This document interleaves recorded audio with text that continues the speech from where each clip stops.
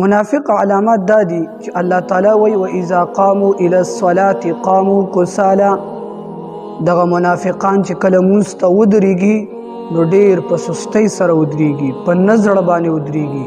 لکه مثلا یو بچی یو کار نه کول غواړي او والدین په هغه باندې هغه کار په زبردستی او په زور باندې ترلاسه کوي. نو منافقم د زړه نه د مینې محبت نه د الله د خوف او د یری نه مونځ نه ادا کوي، بلکې په نظر باندې د جمعه ته راځي او مونځ ته ودرېږي.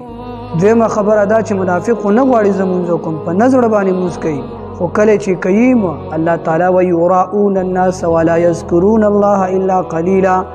دغه منافقان اول خو مونځ نه کوي، که کله مونځ کوي نو ریاکارۍ دپاره کوي، دکلاوي دپاره کوي، ښودنې دپاره کوي چې خلک ماته مونځګزار ووایي، خلک ماته دیندار ووایي، خلک ماته نیک او صالح انسان ووایي. نو دې دپاره دې دا مونځ ادا کوي. د ده مقصد د الله تعالی رضا نه وي، بلکې خلکو ته ښودنې دپاره کوي.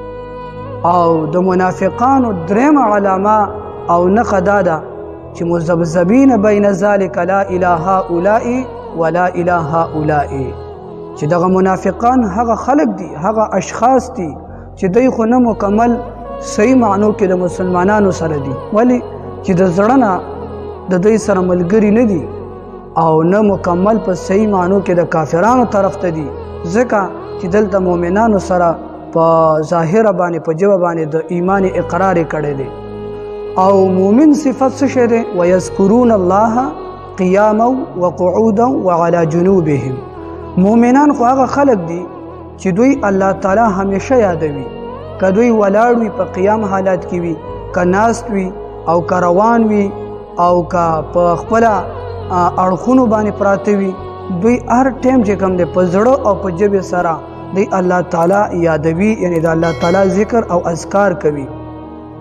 او بل ځای کې راځي مؤمنان هغه خلک دي ويتفکرون فی خلق السماوات والارض ربنا ما خلقت هذا باطلا. دوی په دغه ځمکې او د اسمان په پیدایښت کې غور او فکر کوي مؤمنان، او دا وایي ربنا ما خلقت هذا باطلا، ای زمونږ پروردګاره، ای زمونږ خالقه، ای د ټول کائنات ربه، ای د تمام عالم انسان ربه، دغه هر څه چې تا پیدا کړي دي دا به باطل نه دي، دا په حق باندې دي.